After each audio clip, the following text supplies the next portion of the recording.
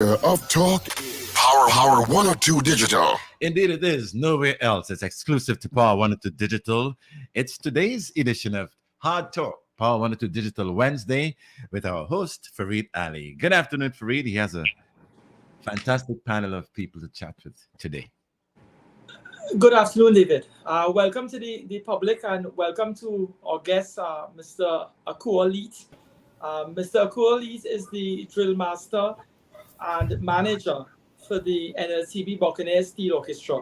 To the listening public, what we're doing today is we're engaging in a discussion with Mr. Leet in relation to Buccaneers Steel Orchestra and their choice of song for the Panorama season.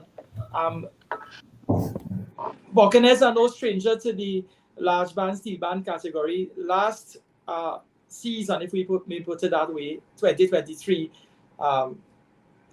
they played Bondem, a song made popular by the effervescent Black Stallion, and placed sixth in the competition.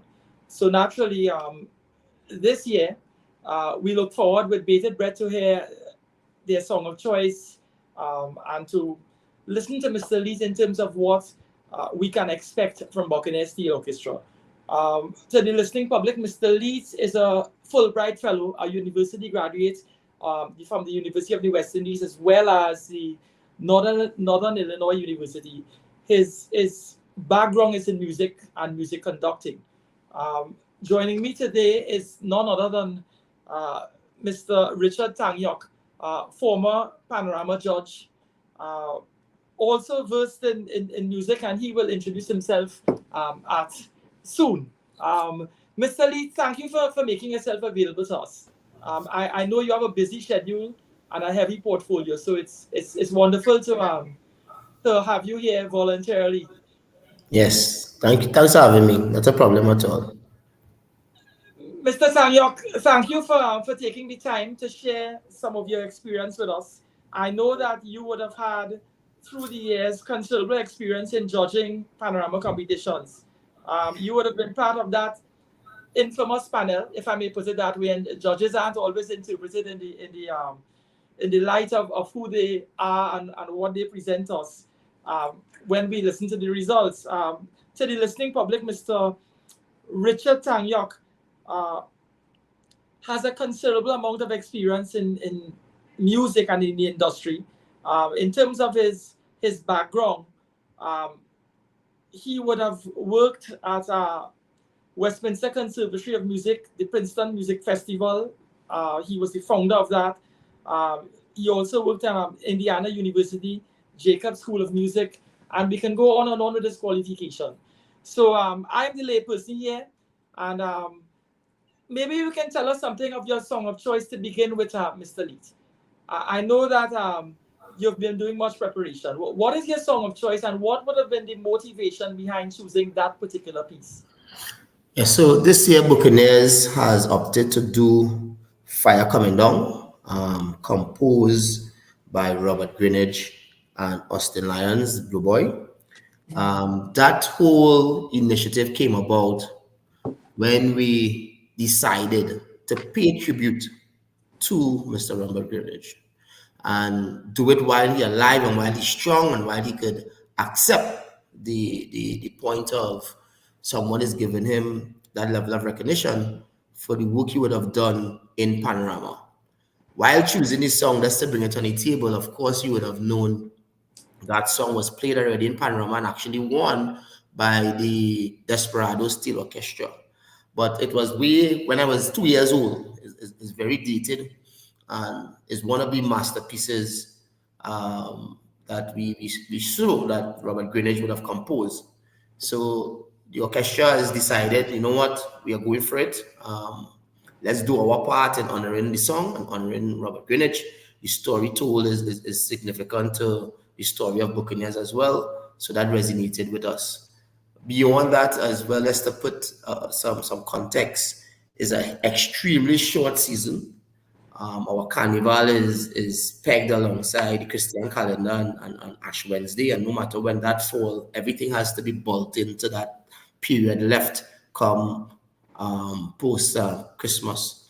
So with that in mind, we really wanted to come out the blocks early with a rendition, with a song that we could start work. So come 2024, we wouldn't be caught with our pants down scrambling to find repertoire being released at Boxing Day and thereafter.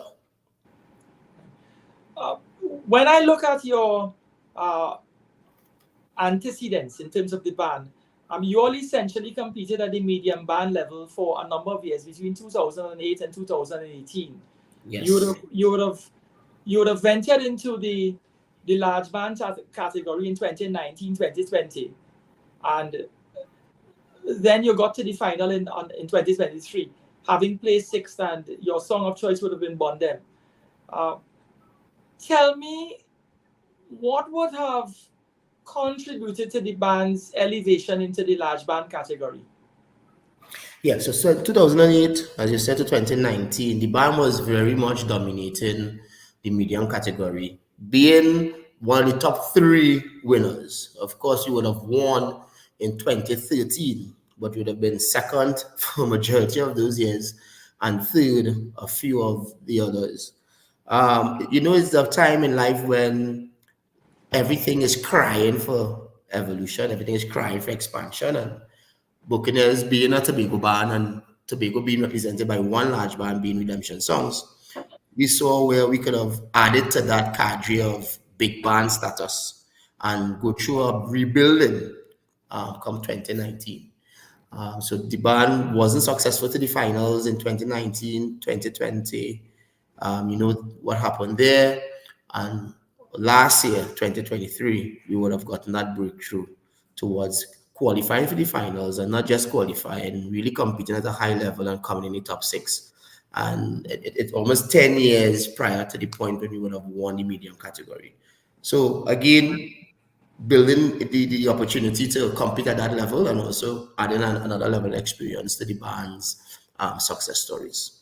All right. I'm going to bring Richard in subsequent to this remark that I'm making. When a band moves from medium into large category, it would mean more instruments and more players.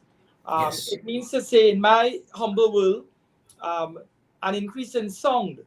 The band is a large band, more instruments, more sound. When it is you're making that transition in terms of your music, and I know that you're the drill master, so your main job is to work with the music and to ensure that the players interpret and express that which the arranger put together. What are some of the challenges in your understanding in transitioning your music from a medium band position into large band? Does it affect what impact does it have on the music that you're presenting? Yeah, definitely on the music end is just more pans to execute that particular song. The arranger also understands the psychology of that category. So by just saying each category comes with its own unique approaches, right? So you're no longer operating at the medium level, you're now operating at the large level. Some of the challenges though, beyond just the music, of course, you're talking about financial challenge because you now have to outfit your band to accommodate 135 plus players, which will eventually perform at 125. You're talking about a mindset, a management. Can your sponsor afford to make that move with you? So there's a lot of other things that contribute towards that change. And I think, as you have seen from 2019 to now, we were going through those learning curves, those growing pains, and now we think we're at a level where we can compete and continue to compete at the finals level in that category. All right. Richard, I want to bring you in at this point. You would have listened to Mr. Leet. The band elevated itself to the position of large band. It would mean more instruments. Mr. Leet, when we look at the composition of a band, there will be your position as drill master, and naturally you're working in tandem with the arranger. Is how do you determine how much use of tenors, double tenors, frontline pans you'd be using, as opposed to complementing it with your guitars and your bass. Remember, this is an orchestra. Your job, your qualification is in conducting. Um, Richard, maybe we can carry him in that direction purely so the public can get a feel for what we can expect musically. So, welcome, Akua. It's good to see you again after Yes, so same long. here. Same here. And I first want to say, I think your choice of tune for this year is fantastic. Thanks. It's a great choice. I love the tempo. I love the vibe and the infectiousness of that tune. And it allows great possibilities. So I look forward to hearing, Nice. the arrangement. So just to touch on the idea of moving from medium category to large category, but I agree with everything you said. I think also maybe we might add to that mix is the bias of the public, because the public is, familiar with certain bands that are always dominant in the large band category, and a band coming in from medium category to large category has to kind of come on the scene with a splash. Yes. And also I would say maybe potential bias on the part of the judges. Judges kind of anticipate, okay, All Stars, Despers, Phase 2, these are the bands that always place in the top. Renegades, Exodus, So a band coming into the large band category for the first time really has a bit of an uphill battle, I would say. Do you agree? I agree. Yeah, great. And, I do have a question I want to ask you, and for our listening audience. I have heard from a particular arranger that they do their thing, they work out the arrangement of the tune, and then they start teaching it to the band, or the drill master starts teaching it to the band. And what I've heard is that the arranger has to answer to many parties, many stakeholders. Sometimes the band captain says, I want you to change this. Right. The drill master says, I want you to change this. The sponsor comes and says, I don't like this. I want you to change this, and other management. So the question to you is, how true is this? And if it is true, what are your thoughts about this? Well, firstly, each band, and I'm glad that you didn't mention the arranger's name, each band have its own culture. And that may be the culture in that particular space. Where I work to, I've been working with a few of the arrangers in different categories, and that is not how we operate. The arranger has autonomy over the song. I must say the arranger and the drill master marriage, because it's a marriage at that point in time. We discuss stuff. We go over concepts. We go over the storyline. We bring things to the table. And at the end of the day, the arranger has the final say to either go in with the concept or leaving the concept alone. If that do happen, to me, is not the best approach, because it does take away from the creativity of the arranger. He almost sounds as if he's under some stress, So that is definitely not something I have experienced. So I don't want to over comment on that. But I think there is a level of truth towards how the arrangement unfolds, where based on the relationship, you allow each other or each person to contribute towards that unfolding, right? So, Okay, thanks so much for that response. you're welcome. Richard, my thoughts here is what I would like Mr. Lee to explain to us, if he, in his own way, is the marriage of the instruments, meaning in conducting and in putting together the piece. Naturally, we'll have to blend, and I'm saying this purely from the basis of the tenors, the double tenors, the double Yeah. seconds. more times than not, you depend on those frontline players to carry their melody. What is Buccaneer's approach in terms of its development of its melody in this particular piece?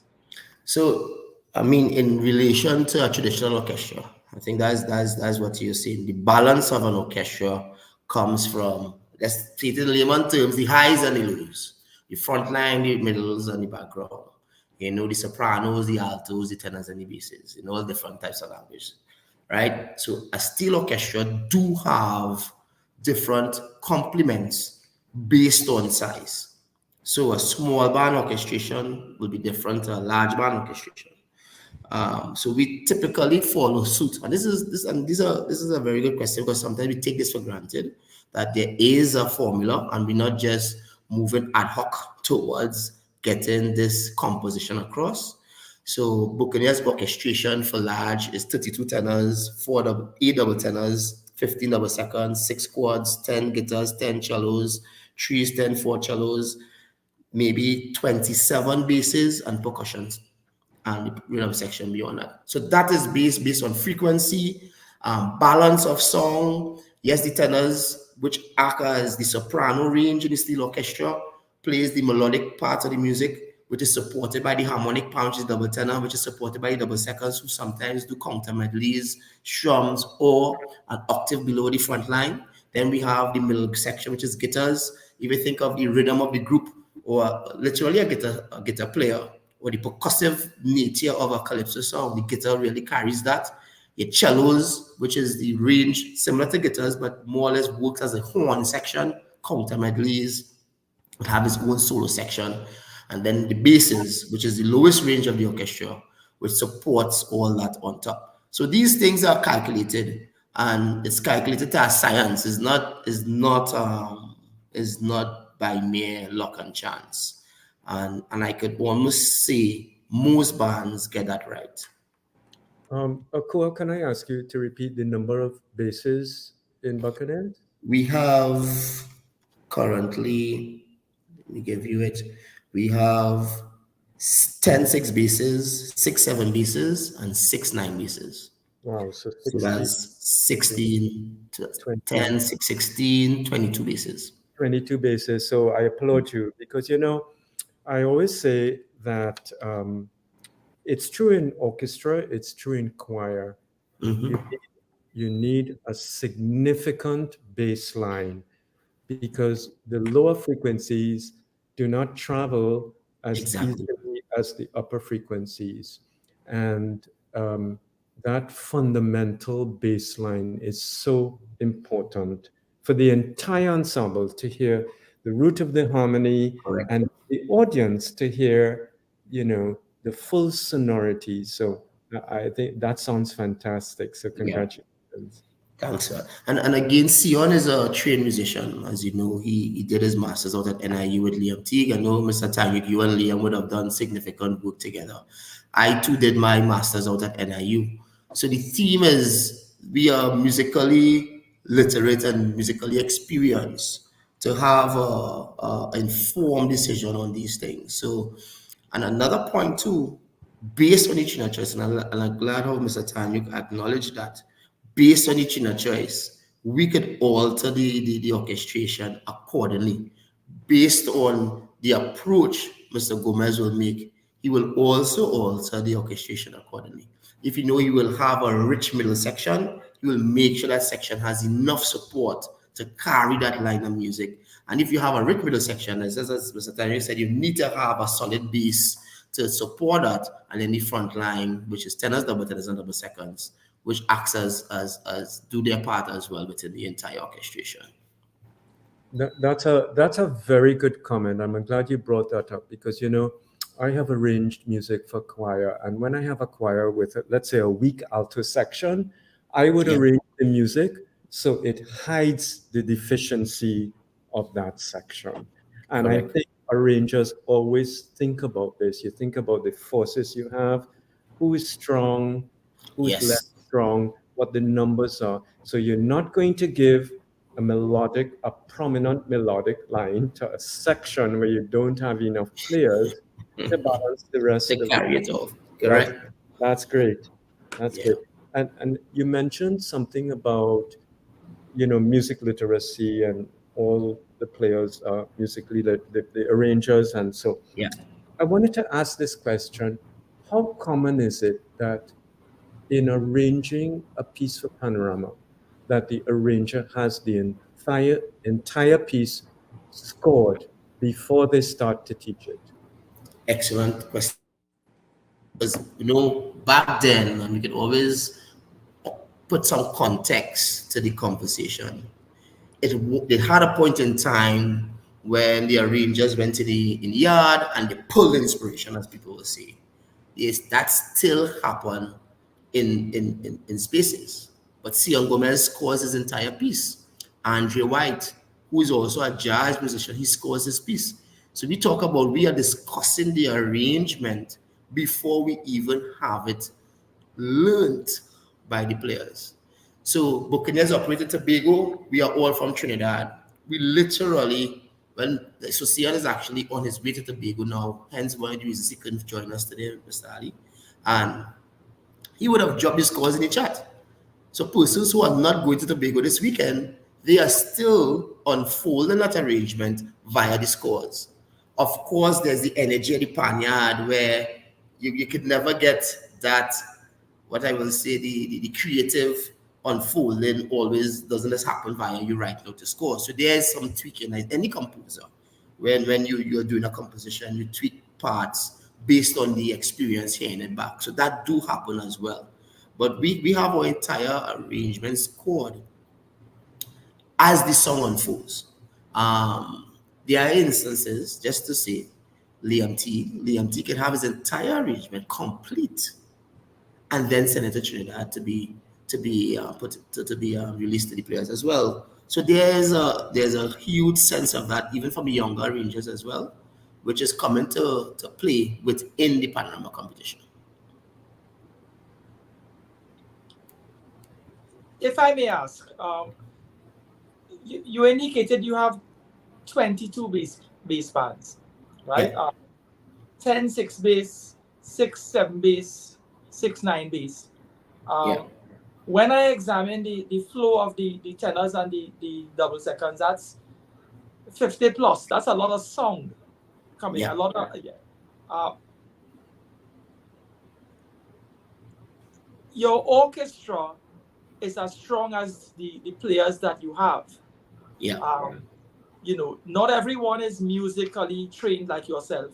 One would imagine that there are a lot of players who learn the song by ear. Naturally, it helps learned persons like yourself who are trained and who can read music to function in that way. What struggles have you all been having, or what struggles Buccaneers have been having, if none at all, in relation to getting the players to bring that sound out, particularly when it is you have such a short season and you have to learn the music very quickly for competition? Yeah. The process of Panorama, and this is, name it if you're a musician or not, and this is the power of the competition, is one of the only places, Trinidad is the only place, and seeing a Panorama arrangement unfold where a composer is composing to a live audience, the Panyard experience. So even if I have all the information in terms of my musical abilities, the root system is what applies to the Panorama process. So the root system literally is not just learning by ear, but there's a level of repetition. I show you this hand position, you play this note, you listen to how it's sung. You don't know if it's C, C sharp, D, E flat. You don't know if it's a minor chord, C flat, G, or C, a major chord, C. You don't have a concept of the language of music. But through the root system, you are able to discern or unfold this arrangement. That process works. I mean, the more issues having players to come and learn the arrangement, which is a growing phenomenon where the competitions are so close, the small, the single, the medium, and the large, where players are preoccupied in another category before they transition into the next category. But the root system works, musician or non-musician. Trinidad actually, I will see if I can put a percentage to it. 90% of the panorama public maybe not musically literate.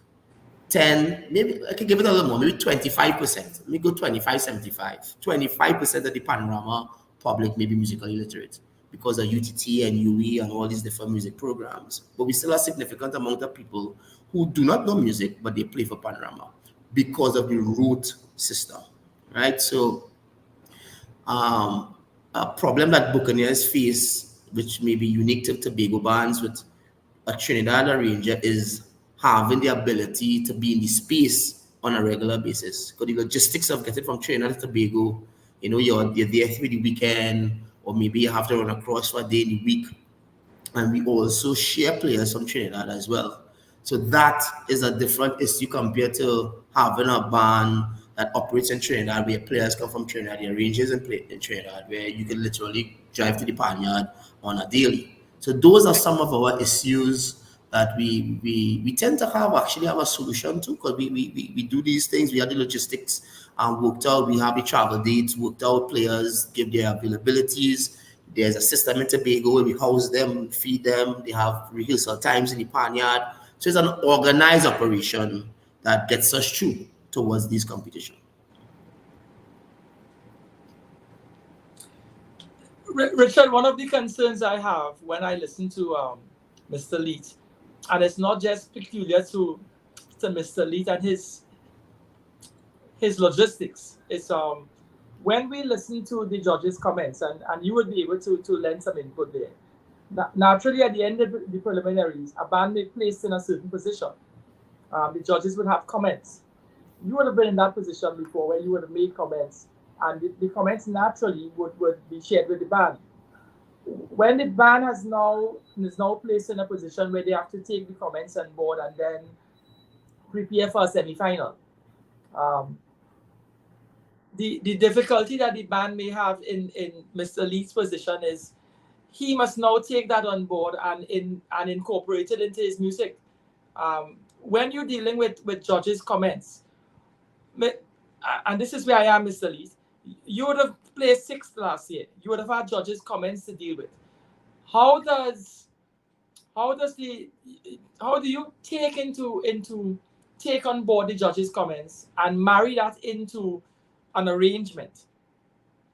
Yeah, that's a good question. I mean, I'm going to say this with respect. Sometimes you take the comments and sometimes you don't.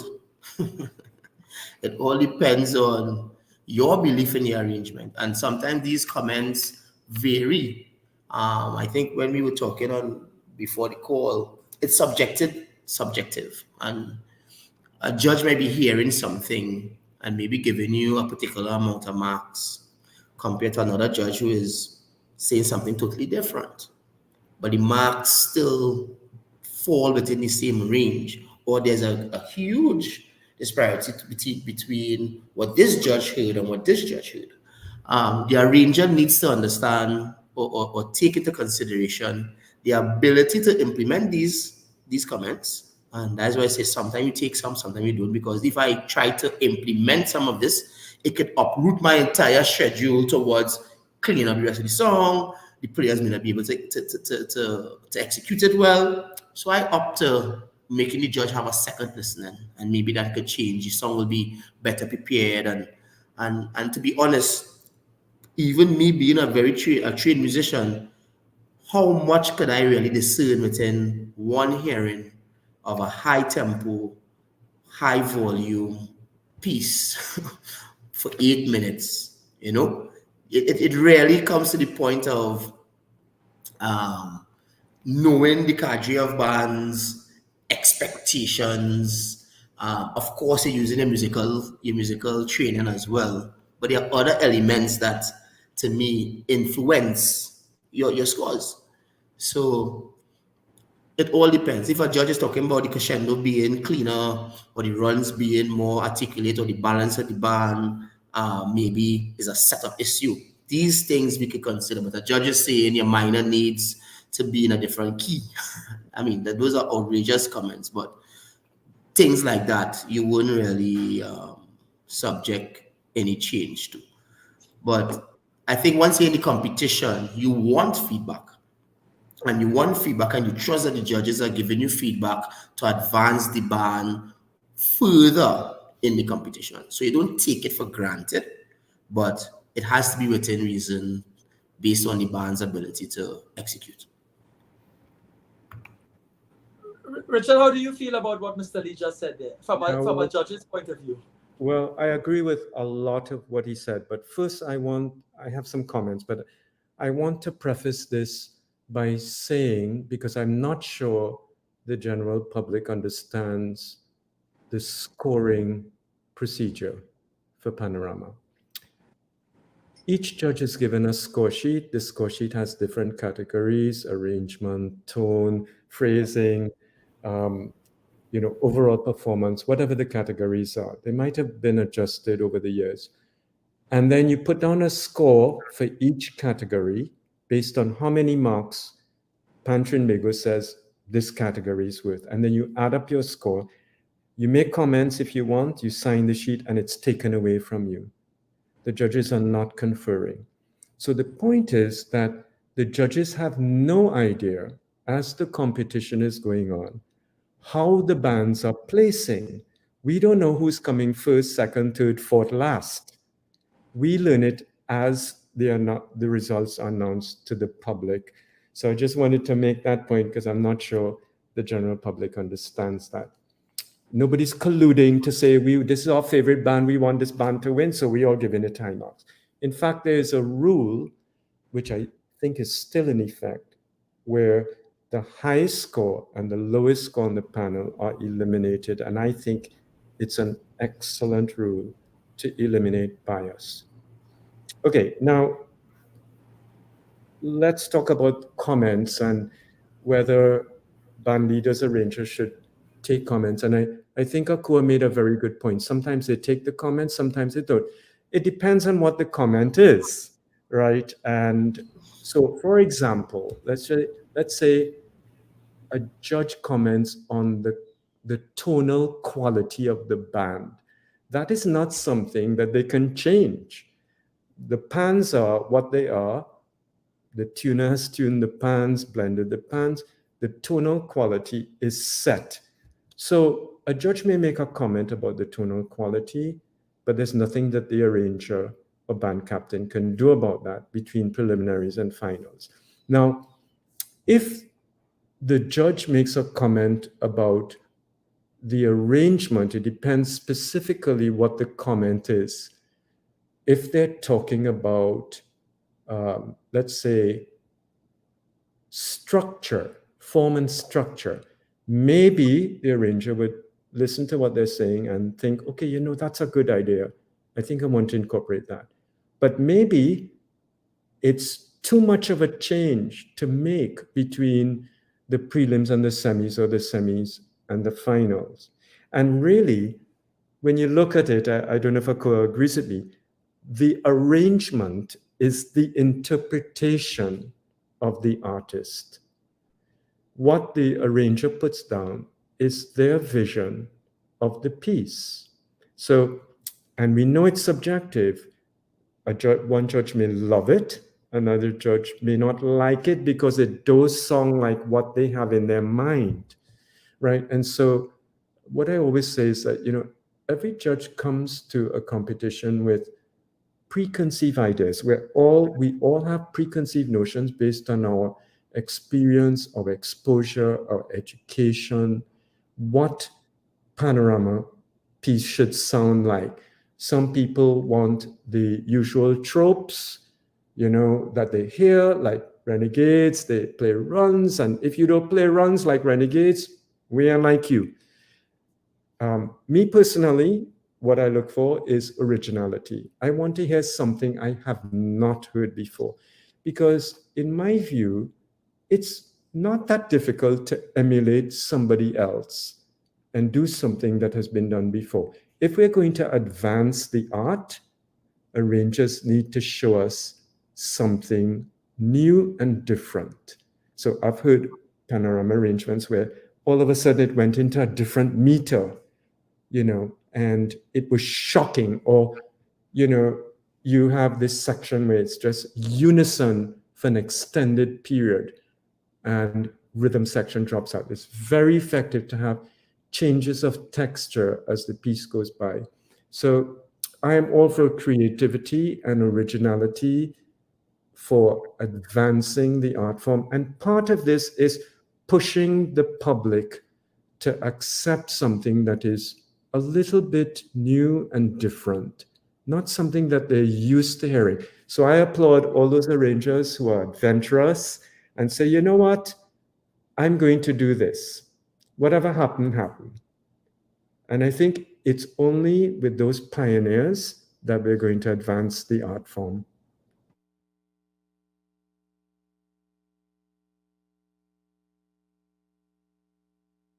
Akua, now that we're embarking into that stage of competition, where does the band stand in terms of its readiness for the prelims? Are you all right where you want to be, or you're just starting to evolve? I know some bands. I know one band in the north in particular starting in December. Right. I know what your logistics are in terms of what you indicated. Where exactly are you all now at this stage? You're halfway there. You're there, or you're. What's the journey has been? That's the question, really. Where has the journey taken us? I think Buccaneers is right where we want to be. Most bands started yesterday at the start of the year. As I said, we chose our song a little while back and we started working on that. So we are in a much better place than we were last year. I can tell you that for sure. It's now just building momentum by our players, and Christmas is now completed and players are now coming to the carnival spirit. So we are working that out and very contented with where we are at this moment, to be honest. Sometimes there's an expression, a very lay expression. People like myself, we don't understand what you understand as a conductor, as a musician. So we use the expression, the band peak at the wrong time. Right. Very often, there's a very popular band in South who played a very popular piece, and at the end of the semi-final, there were so many points ahead that people thought that the final position was determined long before the final night, and they lost by a point. Yeah, I think I know that one. So I'd like to make. Yeah, Richard, I'm listening. I'd like to make a comment about that peaking too soon. So there are two areas that we could be talking about. One is that they are prepared too early, and so they lose their energy and spontaneity because it's prepared a little bit too soon. And I think this is the role of the band captain or the drill master. With the experience, they know, okay, we're moving very fast. We're going to peak too soon.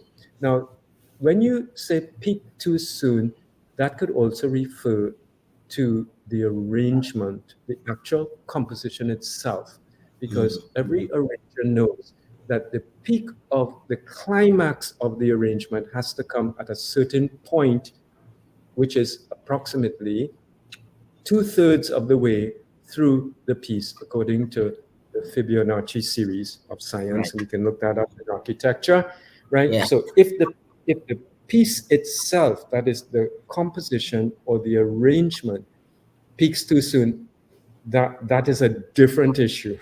Yeah, I like that comment. So two things, and I can give you a real scenario. So I'm also the drill master for Chord Masters, who just came out victorious from prelims to finals in the single pan category. Andrew White being the arranger, Powers manager, we have Mapu as our tuner. And very early in our preparation, the band was peaking. And I can tell you the conversation I had with the team. I said, guys, two things can happen here. And I use it in layman terms. We release the beast and win pole to pole, or I somehow try to hold back on what is organically happening. We just came from the victory from the last year, so the energy of the band is very high. And we decided because we were conscious of this peaking, that we are going for it. We are going to win pole to pole. Let's do what it takes. In the prelims, we came out of that prelims with 9 points ahead of the rest of the bands, which is a huge jump, honestly, for a prelim judging. The semifinals, of course, everybody's working. That gap was filled. I think we were leading by maybe 3 points at that time. Other bands came up, and then the finals, and Mr. Tanik was talking about the arrangement itself in its entire composition, but in Panorama, that peaking happens. Prelims, they have something. Semifinals, they are adding other things to that arrangement to carry the arrangement to another level. And finals, we also have some secret code that long time they say they're dropping the bomb or they're doing these things to win over, maybe via comments, maybe via crowd response, maybe via the execution in terms of performance. You see for pyrotechnics and all these other production things come off your final night. And we held that element of surprise for the finals, which secured the pole-to-pole win. So it is critical to talk in that language when you're dealing arranger or conductor towards the band, and you must have a level of awareness of that, because sometimes you're doing your stuff in the panyard or on the track, again, energy on the track, and everybody's crowding the band and all these things happening, the energy's on the track, but where does it count? It counts on stage. So time you reach on the stage is either burnt out or the pan's out of tune, because that's a factor. The more you play the pans is the more it is being used, and then the quality that you want to have in front of the judges is now out the window, because they had a vibe on the track, and as you said, just so you peak on the track, so these things are conscious things I bring to the table, and the team brings to the table when we are unfolding the bands. Quality instruments, if something happens on the track, or you overplay the pan, or you're in the middle of the sun and you're playing these pans under heat, you are changing the tonality of your pans. So these are the science behind, or the psychology behind, or I should say the strategy behind the competition comes in. It's not just about cleaning music or having good arrangements, but you also have to know when you are going to release that where it counts. I had a conversation with one arranger. He said to me, naturally I'm not calling names here. He said to me that for the preliminaries, what he do is he wouldn't put his all into the prelims. You would do enough to qualify. Yes. Not that you're trying to skate in through the back door. Of course. It becomes somewhat unnecessary to put everything into the music and the prelims, and you don't have something you're holding back to give the band that extra push in the semis and the final. Because so I guess it's in keeping with the dialogue that we're having, that you have to not just speak, but you have to present your music. Correct. Almost as if you're unfolding the music to the audience. Mm-hmm. Let's talk about the length of the song. One arranger said to me that, and one drill master said to me that he took 2 minutes off the song on the track on a final night. So he had to find ways to cut the song down on the final night on the track. I would imagine it takes a lot of experience, and then when you have 100+ players, my question to him is, how are you going to achieve that? How do you interpret length of song in terms of, have you all determined that the song is going to be a certain amount of minutes at this stage and you're keeping it tight all the way, or there's some latitude in terms of flexing the length of the song and therefore the presentation in terms of minutes? There's strict rules towards these things. This is information they have before the competition, So Pancho Mego large band category, the arrangement shouldn't be more than 8 minutes. I think you have an extra 9 seconds of 15 seconds to 9 seconds of lead time, and then beyond that they start minusing points. So the fact that he had to cut that song down by 2 minutes on the track is because the song was over. It was overarranged. It was way too long. It would have been about 10 minutes of music. In terms of the minimum, I mean, I never heard of it, but I've seen bands, not calling names, played at least 4.5 minutes of music and qualify, and they still have 3.5 minutes of music to go. But the maximum length of the song is 8 minutes for large. For single pan, it's 6 minutes. For school panorama, I think it's 6 minutes as well. For primary school, it's 4 minutes. So this is part of the rules of the competition, and you are governed by the rules of the competition. Can I add to that, Farid, that, with a time limit of 8 minutes or less, plus or minus 9 seconds, if your arrangement in the panyard when you perform it at tempo comes out exactly at 8 minutes, then you're running very close to the edge, because in a performance, it could be slower. A good drill master will use a metronome so that every time it's played, it times out exactly the same. But if you don't use a metronome, or if the drill master doesn't have a good sense of tempo, and that piece starts a little bit too slow, you're going to go over the time limit. Am I correct, Akua? Extreme, and you made a exceptional point. They are tools. Metronome being one. You set your tempo. So whatever you are practicing in the yard, if I'm going at 110 beats per minute, that's the tempo I'm going to go on stage. Because in the yard, 110 gives me 5 minutes 55 seconds. 112 gives me 5 minutes 40 seconds. So that is pre-information I'm coming into the competition with. I'm prepared for the competition. There is no guessing. I'm not worried about the time, because we have done this so many times in preparation for this competition. That is, now we want to bring the energy of the piece to the stage and the performance of the piece to the stage, but I'm not worried about if I'm going over or not.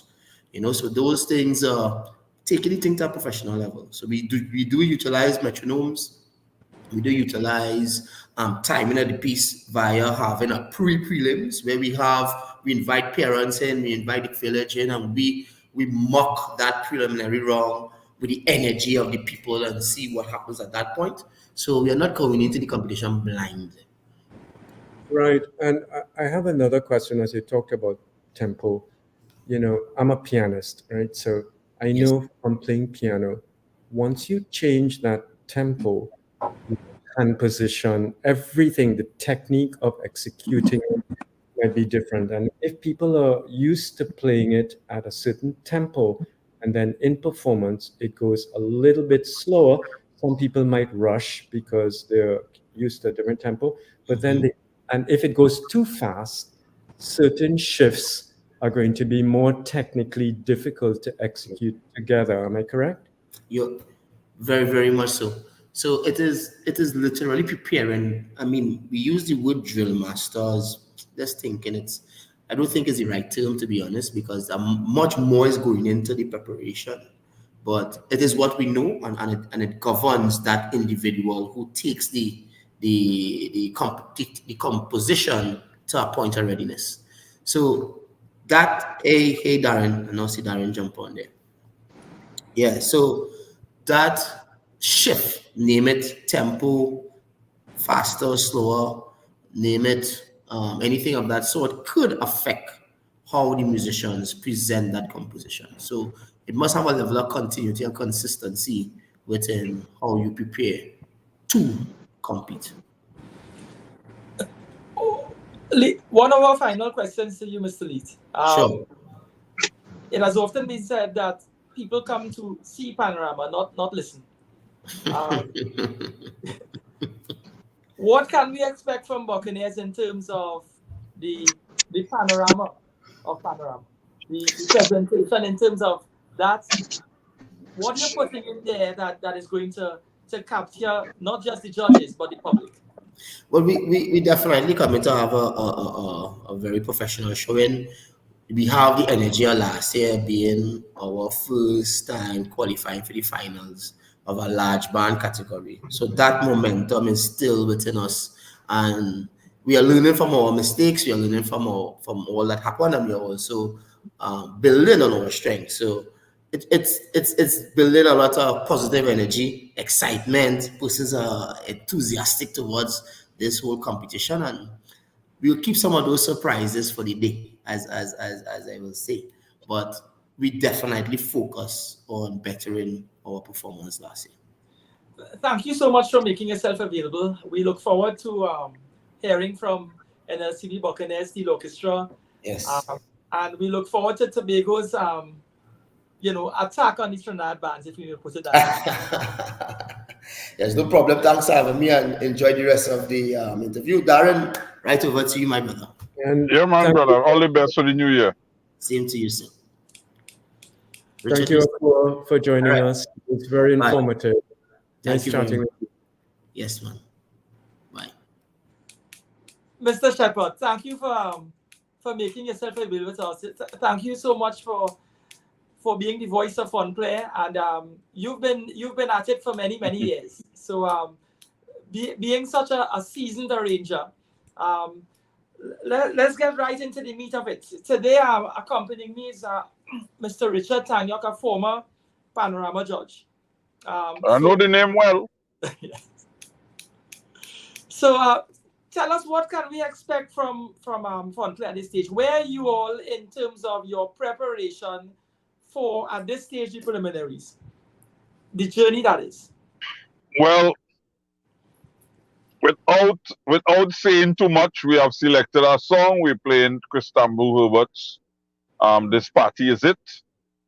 And we are well on the way with the arrangement, and our Panorama members has started to enter the rehearsal space.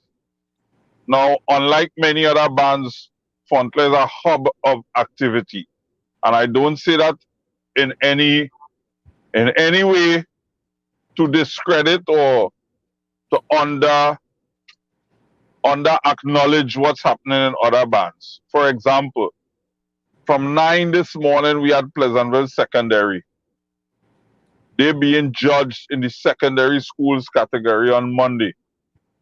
I just left rehearsals with St. Gabriel's prime RC school, St. Gabriel's Girls RC School. I just jumped out of the rehearsal in order to come and do this interview. When they finish at 6, Pontley Juniors start to rehearse. And I'm the drill master for all 3 bands, primary, secondary, and junior. Then after that, we start our small band rehearsals, Fusion Steel. And fortunately, I have a drill master for that one, but I'm the arranger. And then later in the night, we start Fun Players rehearsal. And we at the stage where members coming in, taking the music, etc., etc. We will ramp up 100% after the small band finals, which is the 12th of this month. Our judging is the 23rd of January, and any experienced arranger know 11 days is a long time in the life of a Panorama song. So we're doing what we're supposed to do. We're well mobilized, and we're getting ready to represent not just our community, but South on the whole. Tell us something about your frontline pans. How many tenor pans, double tenors, double seconds that you have? Now I want to tell everybody how much guns we have, how much M16, how much Uzi. Well, we operate now for the last couple of years at full capacity. In fact, I'm hoping that Panchinbego, in their wisdom, could raise the limit for large bands to 150. I'm really hoping so. Large is not almost large, large is large. And let's face it, power matters on that final night. So because of the programs that we've been having since 2019, interrupted like anything else due to COVID, we would have had a very successful first Fontler Youth Steel Pan Festival in September, where we had 14 bands, 12 school bands, and 2 of our junior orchestras, juniors 1 and 2, comprising of 42 members in one instance and 59 in the other. That in itself is either one of them could go in the small band category easily in terms of numbers. So we are at a place where we have maximum players, and because of the different groups we have coming out of our facility, you find one player could stay right in Fontler's Spaniard and play 3 bands. They don't have to run nowhere, they have to go nowhere, they have to travel, they have to take no taxi right in the Spaniard there. So we have players who play in their school band, they playing in the junior band, and then they playing in Fontler. So there's opportunities abound in our Spaniard. So specifically, in terms of numbers of any particular range, we go in at maximum, and we are at the point where the best players play. Your choice of song this party is it Tambu Hubert's composition and presentation. What in this song, or what would have influenced your decision to go with that song in terms of you being able to express it through the players that you have? Is it that the song offers you that range to that range in terms of music that allows the players that you have to express it? Or what was the dynamic in the song of choice? The music good. That's the bottom line. The music good. It has harmony, good melody, good tempo, popular music, former road march song, and we could have made a choice early so that we could start early. When you have so much activities happening, it's important for the various groups to start, because you don't want to clash coming down the road when you're vying for time in one space. So we started early. We well on the way. We almost completed the entire arrangement, and it's just for players to come in and start to learn the material. But the short answer to that, it is good music. I'd like to make a comment. Good day, Mr. Shepherd. Nice Good to day, see sir. you. Pleasure. I think the tune of choice, this party is great. It's great. And you mentioned in response to Fareed's question about why this piece, you mentioned harmony. And I think this is one of the strengths of this piece, because it affords you many possibilities for Absolutely. harmonic variation and melodic variation. So it's a great choice. So congratulations. I look forward to hearing it. And it's indeed shaping up nicely. And the band is predominantly young players now. And if you see them respond to the music, it's fantastic. In fact, even my small band, Fusion Steel, we play in Tambu's free up. Yeah. And Mr. Herbert has 4 nephews playing in Fontler. And it's only after I chose the song, is then I got to find out that is Uncle Chris, you know. So it have a connection there. He visited the Panyard once and gave the band a pep talk. So we maintaining that family connection, and the music good. That's the bottom line. The music just is awesome music.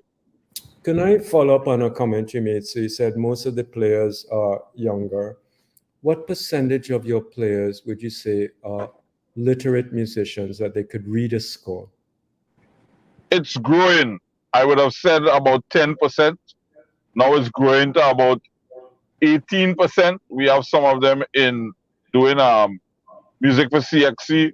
We have some of them in UTT, and it's expanding. We are encouraging them to go that direction. And our wider program has a number of music teachers involved, so we are formalizing a music literacy program in the Panyard We've just been fortunate enough to be one of the steel bands selected by Digicel Foundation to have a literacy unit in terms of technology, information technology space in our Panyard, which is being renovated and outfitted as we speak. So Right. very soon there'll be a designated room for learning online and otherwise at our facility. After Panorama, we plan to do some construction that will afford us some more space to run programs here in the panel. We are again very fortunate. We have an adult pan class, and they call themselves Fontler Gold and Steel. And in that grouping, we have former principals, retired teachers of all different subject areas, and they have volunteered to assist our young people, not just in music, but in their overall scholastic development. Right. So, if we could just follow up on this idea of music literacy, I'm so happy to hear that Fontclair is pursuing, these programs in music literacy. We heard from our previous guest that Pan is mostly taught by rote still. Yes, it is. What do you see as the advantages of having a band that is predominantly musically literate, that can read notation? Well, as somebody who practiced in North America with highly trained musicians, each situation has its strengths, and as someone who learned the old-fashioned way this instrument and how to arrange and how to orchestrate, it builds your memory, it builds your capacity, it builds your ear. So it has its pluses. In fact, in our adult class, we have folks who suffered strokes. We have young people in our classes who are autistic, and it helps in terms of their muscle memory and their ability to coordinate, etc., etc. So in each situation, it has its strengths.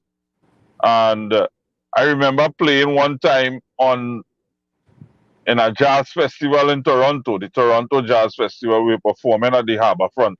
And if anybody is familiar with the Harbourfront, it's very windy sometimes.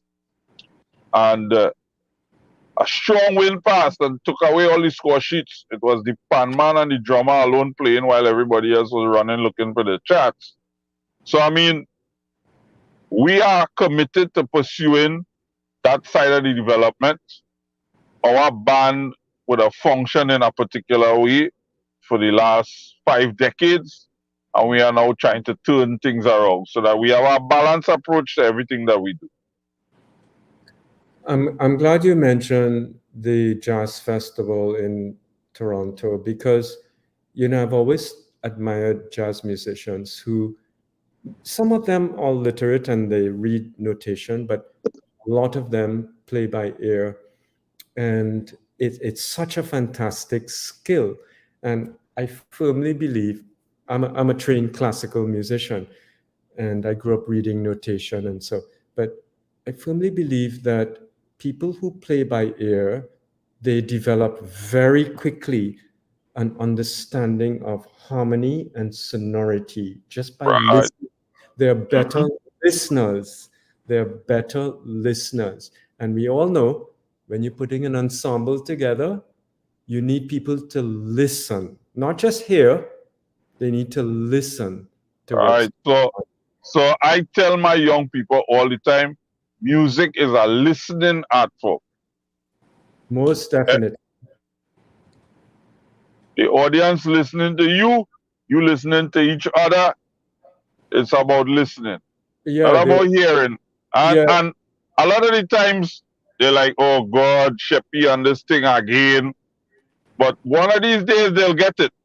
Because sometimes when I'm putting down complex chords and I'm using flat ninths and 13ths, you see them listening, it's sounding a little funny. And then I might change an octave on the guitar, or change an octave on the cellos, or change the the the chords on various instruments to get the right song. And they hear it and they say, hmm. Then they listen to it and they say, oh, that song's better.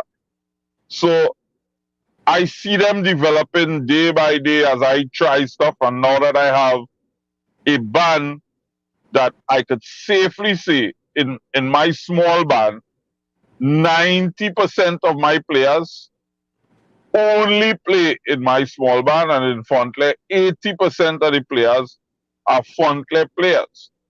So when you don't have the issue of part of your band tonight and an next part tomorrow, and you do a piece of music or you drill a piece of music, and some people miss this night, so you have to do it over the next night, it allows you to move quickly and move decisively where your music is concerned. And that creates a stronger performance. Let's look at your last two placings. In 2020, Fontclair placed 11th. Mm-hmm. And then again in 2023, 11th. Naturally, you have young players, and clearly you're evolving the band with a projection in mind in terms of the players maturing, in terms of the development of the music through the years. So placing in a panorama isn't always a true interpretation of how the band is evolving, developing. But yet still it's a competition. So you enter a competition to win. Walk us through how you deal with the judges' comments, because after your prelims, you would have had to reapproach your music, your arrangement in preparation for a semi-final, in preparation for progressing through the competition. How much emphasis does the comments of the judges impact on your arrangement? And one always has to be careful when you're commenting about these things, right? Trinidad is a small place, and the judges' pool is even smaller, and that's just the reality. But you, as an arranger, have a musical picture in your mind, and that's first and foremost. You present that musical picture, and then somebody tells you their opinion of your music based on the criteria. And that's the bottom line, based on the criteria. Sometimes you have a judge last year in Panorama in the semi-finals, that one judge gave me 62 points and told me that the song that I chose had no room for melodic or harmonic development. So in his opinion, it was a bad choice of song. But sitting on the same panel, another judge gave me 86 and one gave me 88. And they spoke about the strength of the harmonic development based on the fact that there was little harmony in the song in the first place. So if you take something with little and you work it and you present it in different ways, that in itself speaks to the capability of the arranger and the development of the music. So sometimes you have to be very careful and you look at the majority view on the panel and you go with that. But you always find at some point somebody is a little way off in terms of the comments and their points. For example, I'm not so sure that the public is aware that you have X amount of judges, the highest and the lowest is knockoff, and then you pick, the rest of judges pick to choose an alternate. And based on that alternate that is selected, all their scores is knocked off. So let's just say the alternate scores you somewhere within the average of the other judges. Then that score being thrown out is the difference between you coming second or come in 11th. And it's my view that a competition that has criteria, your placing shouldn't be based on the luck of a draw at all. I'm so happy you talked about, what the piece in its original composition presents and what the possibilities are for development. So I completely agree with you that a piece that may have limited ideas presents many, many possibilities for development. So it's like a blank canvas. Exactly. So I'm going to give you an example. Everybody knows Beethoven's Fifth Symphony. Right. It starts major third descending with 3 notes repeated. And then again in sequence. And then Beethoven develops this. It's the same motive developed at a different pitch level. So I think you're absolutely right. In fact, the less harmonic complexity in the original, the less motivic or melodic ideas in the original, the more possibilities you have as an arranger.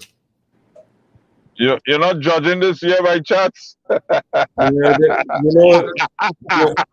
know, they didn't ask me, but I wonder why. well, because they Look at behaviors. I'm promising to behave this year. Well, I'll tell you why.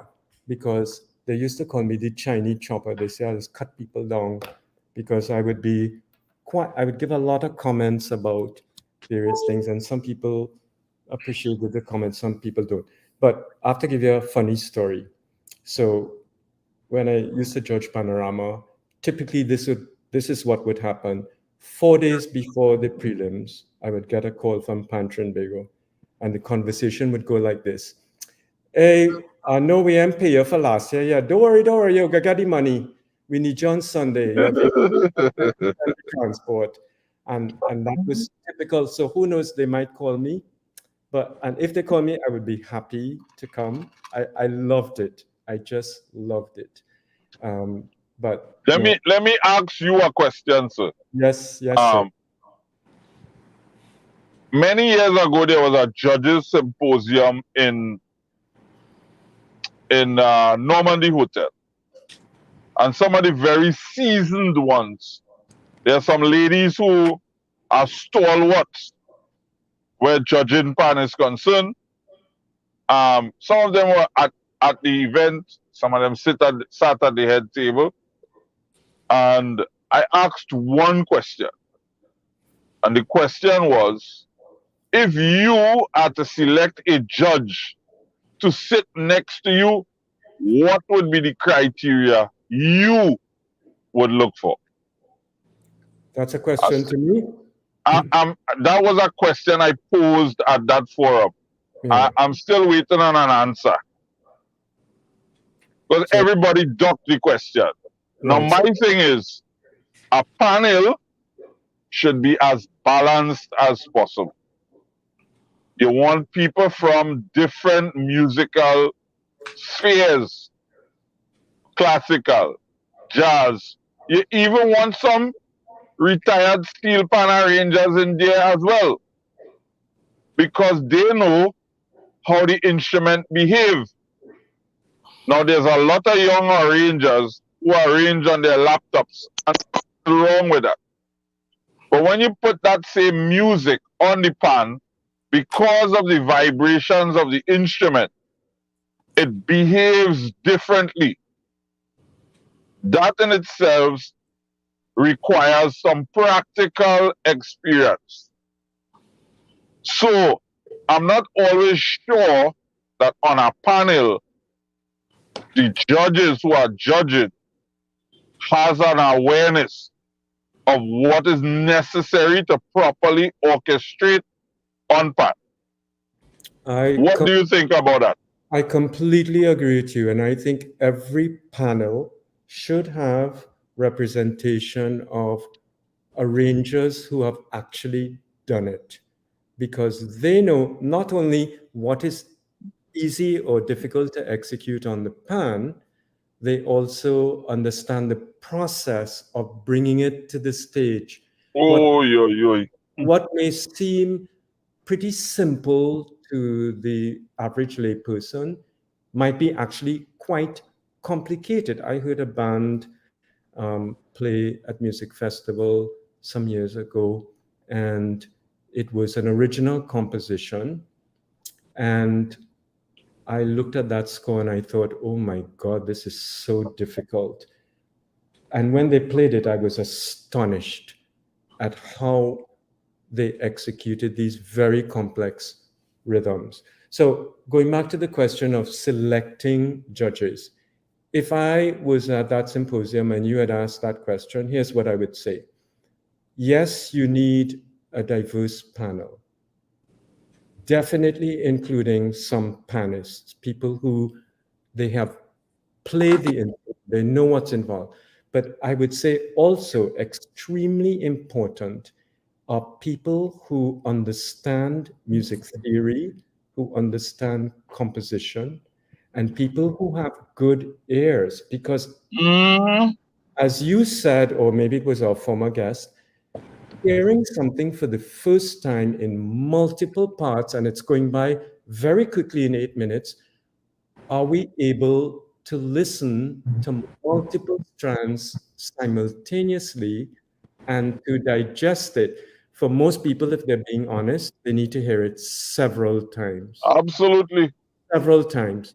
So to me, this is one of the most important criteria. And that is why I think conductors, whether you're a classical musician or a jazz musician or a conductor of a pan site, conductors are trained to listen to multiple voices at the same time. Singers listen to one part, their own, right? Pianists to their part, of course, they're playing multiple notes, but the pianist possibly could make good judges. But if they're not versed in music theory, how would they understand what you're doing with modulation? How would they understand what you're doing with a bridge passage? How would they understand how you're doing an augmentation of a melody or a diminution of a melody? How would they understand that you're doing a counterpoint to the original melody and you're accompanying that original melody with a variation of itself, which is a compositional process? So I would say they have to have some advanced knowledge of music theory. And your point about color is a valid one, because if you're a vocalist, in my opinion, and you're not trained or aware of harmonies in a chorale or choir setting, then you can have some challenges as well listening to that music on the first pass.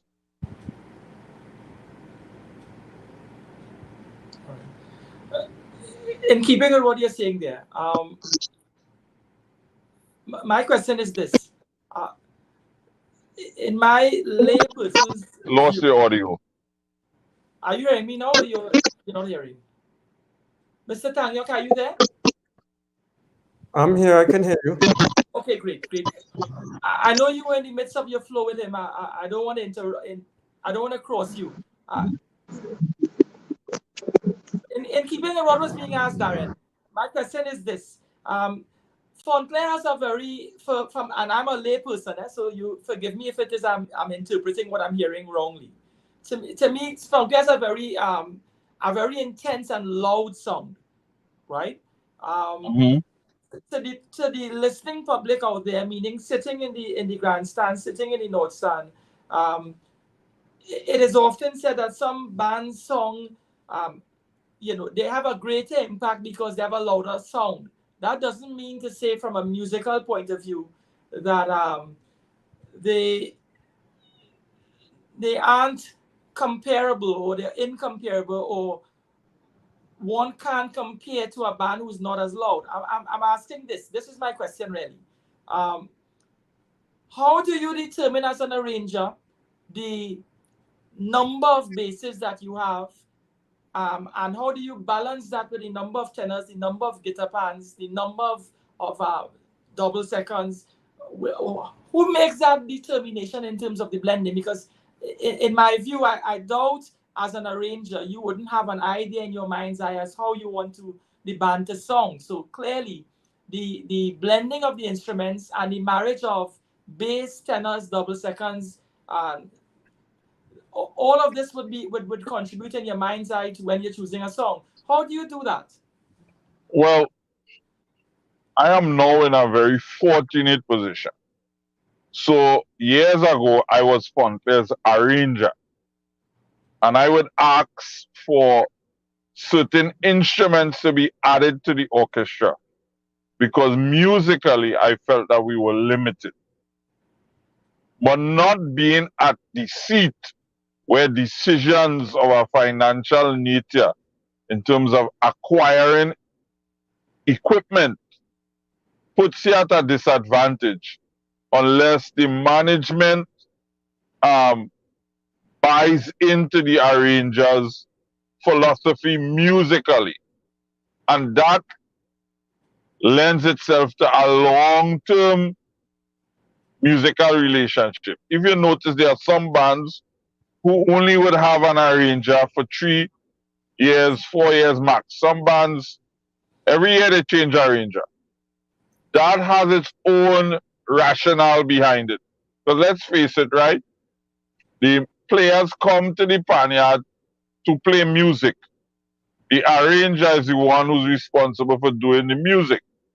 So players develop a bond with the arranger, a musical bond, which from time to time, if the arranger goes, the player goes. So some bands do not allow or wouldn't want an arranger to have too much influence. So sometimes you have to work with what the band has and now rework your approach to suit the instruments that are available. Fortunately for me, I wear 2 hats in Fontler. One as arranger and one as managing director. This allows me to have influence in terms of the acquisition. So Fontler has never had quadraphonics in their band as of last year. Last year we bought 8 and we used 6 in the panorama. This year we are using all 8, and I'm happy to say that within a year we were able to groom 8 in-house quadraphonic players that is going to grace the stage representing Fontler. So now I now have a total and complete new voice in the arsenal where my arranging is concerned. So now I could treat with lines and I could treat with harmony in a whole new way. For example, that Christopher Tambu Herbert song has a bunch of beautiful horn lines, of which my double seconds, strengthened by the quadraphonics, is now playing, and it sounds fantastic. So the short answer to a complex question, because different arrangers come from different places when they're making their song choice. Sometimes it might be strictly about vibes. And other times is, listen, this is the instruments that the band has, and I now have to tailor the music around what is available to me. For example, I'm working for the very first time with a band in the medium category. That's Moods. It's a band that is unsponsored. It's a band that's steeped in family tradition, and they're trying to make a comeback.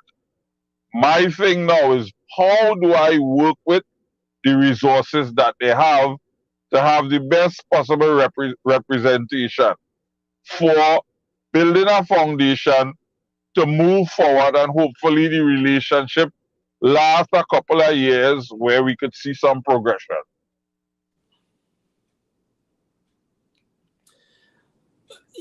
With the young players that you have, naturally they would be guided by you. I guess in other bands, one could only imagine from our discussions with other arrangers, you would have input from various elements from within the band. Let's say a drill master, your captain.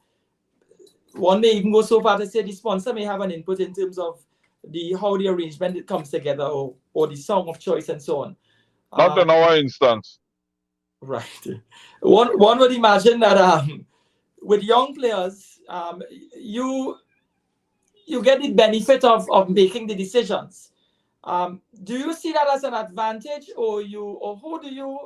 I'm not saying by way of calling names, but who does Darren Shepherd consult? Because there's an advantage when it is you have input from others within the structure of the band, from your drill master, from different persons. Who do you consult, and what are some of the challenges that you may have to confront within yourself in terms of preparing the song? I'm not just talking for the preliminaries, but preparing the song and unfolding the music into the semi-final through to the final. Well, I am again fortunate because I am a child of Fontley. And Fontley has certain entrenched traditions that has held our organization and our band together over the years.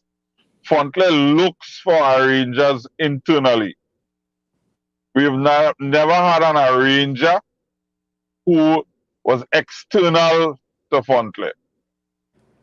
And when I say an internal arranger, you would have had to be a member of the band and perform with the band over a period of time to evolve into the arranger. Because we have a sound that we want to preserve, which is that little bit of funk, that little funky feel inside it, that is Fontley.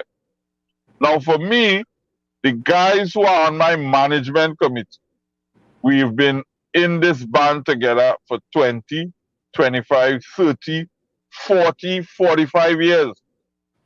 So we have long-standing relationships.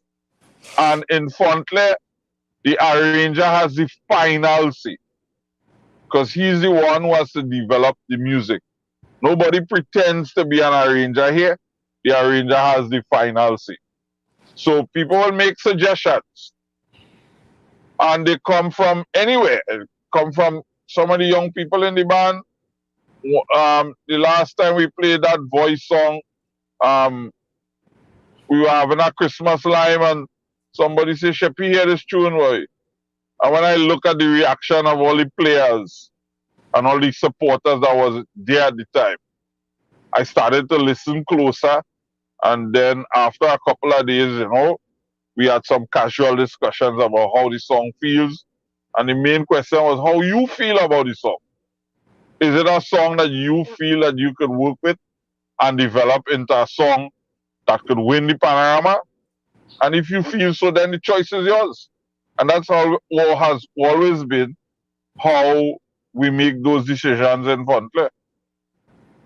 I am so happy, Mr. Shepherd, that you said that the arranger has the final say, because I hear stories about arrangers for other bands where they have to answer to the sponsor. The sponsor wants you to change this. The band manager wants you to change that. Certain key players that you need in the band want you to change this. And then it becomes too many cooks in the kitchen. And I've seen it many times.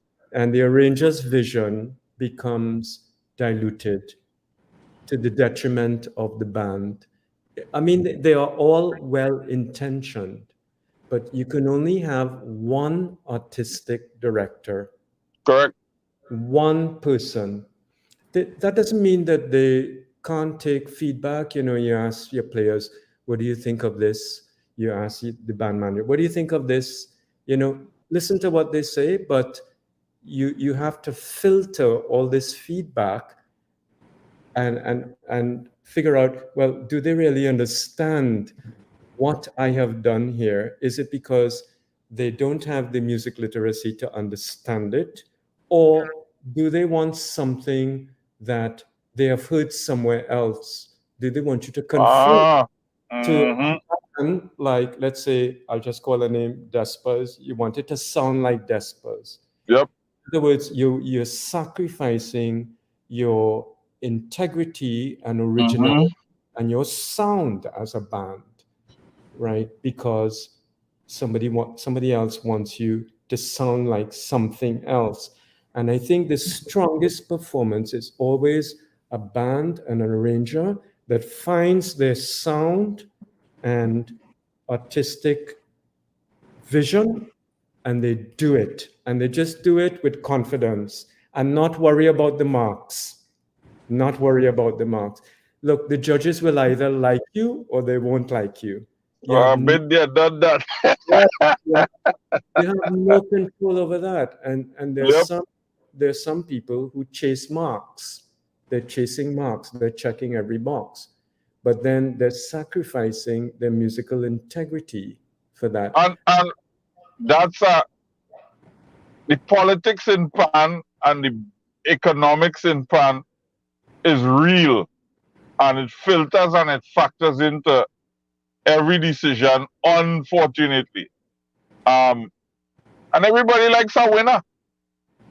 And in order to win, you have to present something that is going to please the 7 people that's sitting in front of you. That's the bottom line. And when I said many times in many forums that the most important people in Pan, not the tuners, not the arrangers, it's not the players, it's not the managers, it's the judges.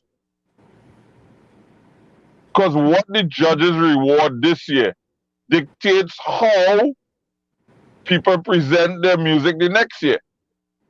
And that's how it goes, where artistically, the direction of the music is not determined by the practitioners. It is determined by the judges.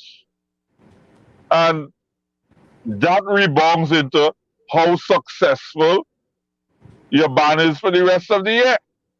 There are unwritten rules of appearances that exist throughout the year after a panorama competition. Your stage side might be singing better than Tom's stage side. But because Tom beat you in the panorama, anyway, all you go to play, you have to play before Tom. Because Tom beat you in panorama. But Tom doesn't have a strong stage side as you do. He doesn't have the repertoire that you do. He might be one of those guys who hire a bunch of players and they execute for the panorama and then they disappear. You have a repertoire with 40 songs. But Tom has to call some guys together every time he get a performance 3-4 days after and pull some music together. But because the bragging rights or the performing rights or the structure of a program is based solely on your panorama performance, which is determined by the judges. Which raises a question I'd like to ask you, as somebody steeped in the Pan world. How much does Pan Trinbago consult with arrangers, band managers about the criteria for judging? Not enough. And sometimes, to be quite honest, there are events that take place and it's just a facade. It's really to be able to say, yeah, well, we had a workshop. And then they tell you, well, you didn't attend. But you didn't attend because it's like you're going over the same cycle all the time and you know there's no real attempt for change. I remember one time I used to judge Panong Memory Lane. I did that for 3 years. And when the Panong the next competition was regional, I also judged in the South Central region. That the second year for Pandong Memory Lane, the judging panel was Brian Bean Griffith, Curtis Edwards of Desperados, Richard Pierre, and Darren Shepard. You hear the names on the panel? So when we would visit a panyard, you would see band leaders or even arrangers nodding and acknowledging us. And those nods and those acknowledgements was okay. People who sit in there, who knows what time it is, who knows the process and understand. So we would give comments in a certain way, not to criticize, but to uplift the music.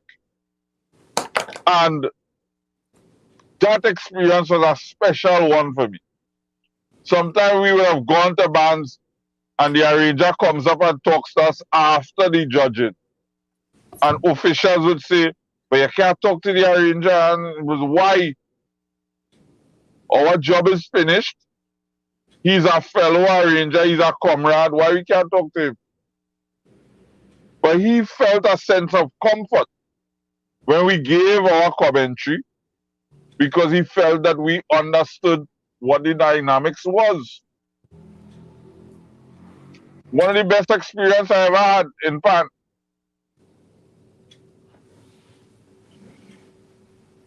Sorry, I didn't mean to interrupt you, but I enjoyed what you said there. So just to follow up on that. So what can be done moving forward that we have a more fair and balanced competition?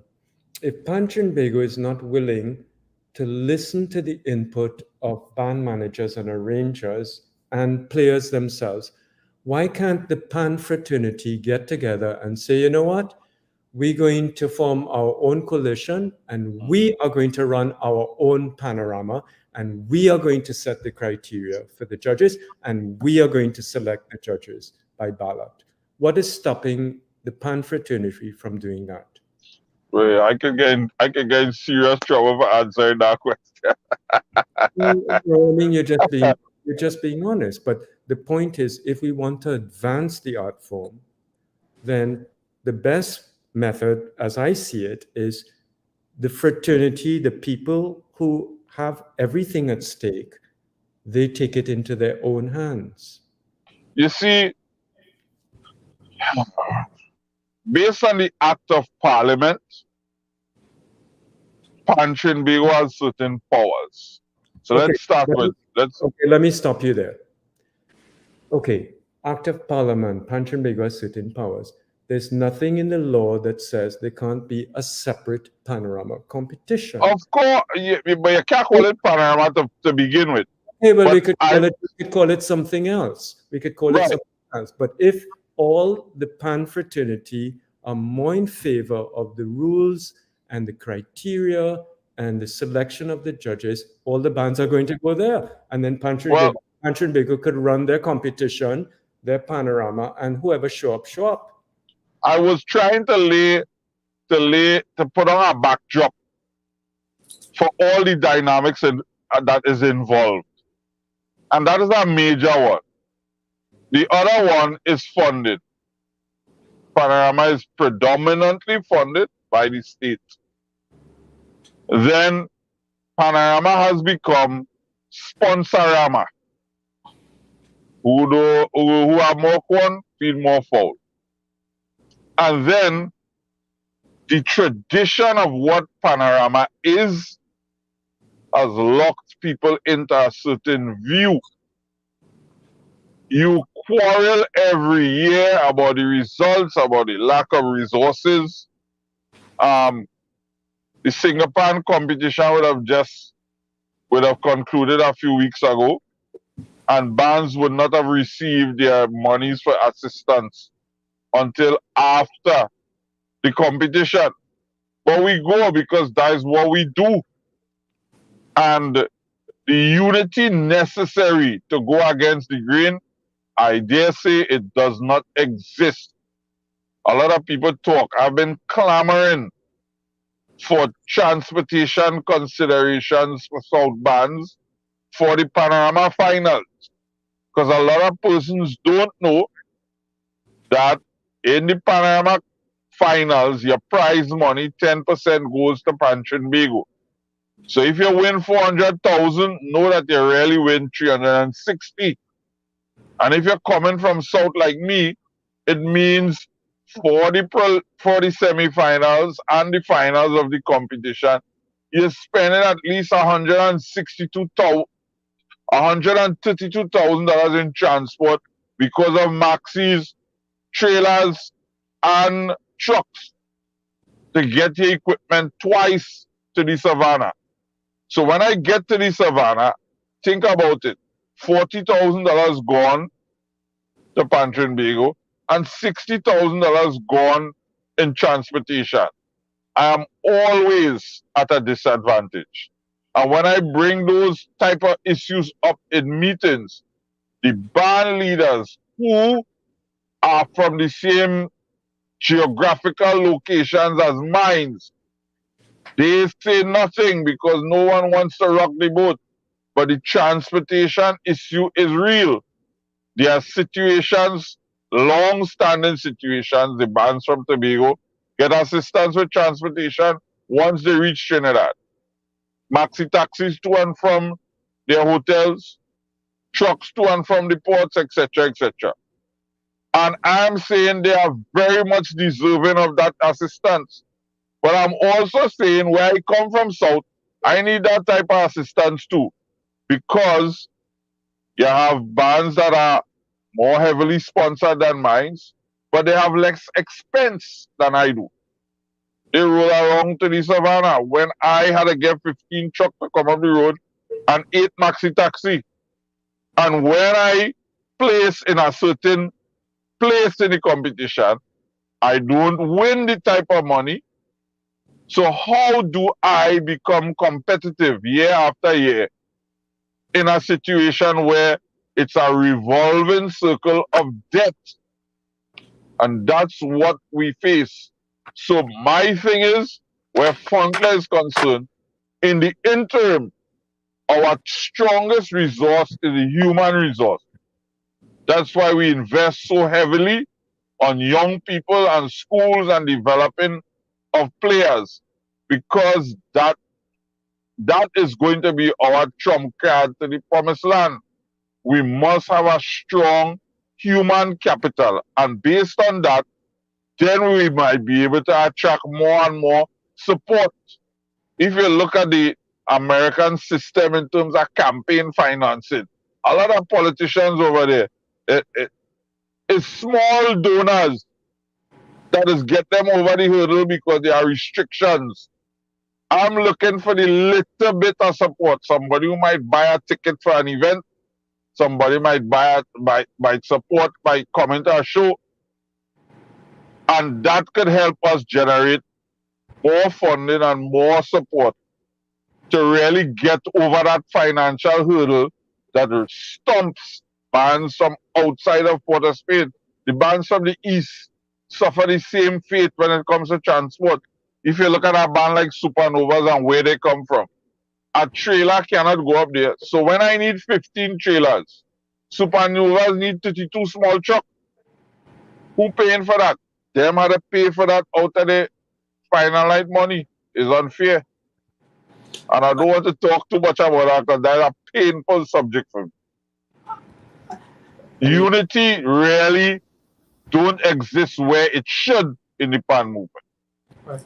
It's not only in the PAN movement. I would say it's across the board in, choral music, in musicians in this country. I remember saying to a colleague of mine, we don't have enough resources. Everybody's doing their own thing. We have to band together for the greater good. So, I want to encourage you to speak to other band leaders and maybe start a GoFundMe campaign, I think you would find a lot of support amongst the general public who would say, if you say this is what we want to accomplish with funding, so we're not reliant on the government and the politics that go with it, right? And the Pan fraternity will set up the rules, regulations of the competition, and they will set the criteria because they know what the process is, and they will have a system set up for the selection of the judging panel. I think you'll find tremendous support amongst the people of Trinidad and Tobago for this.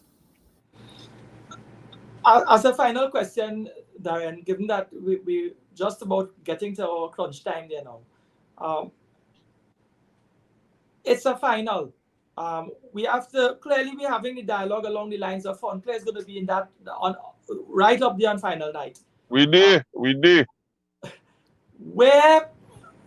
How are you preparing the band to peak at the correct time on the night? Because we don't want the band to peak in the semis or to peak before that and run out of that final night energy. How you as the arranger is balancing the band and preparing mentally the players for that final performance this year that's going to take the band to another level?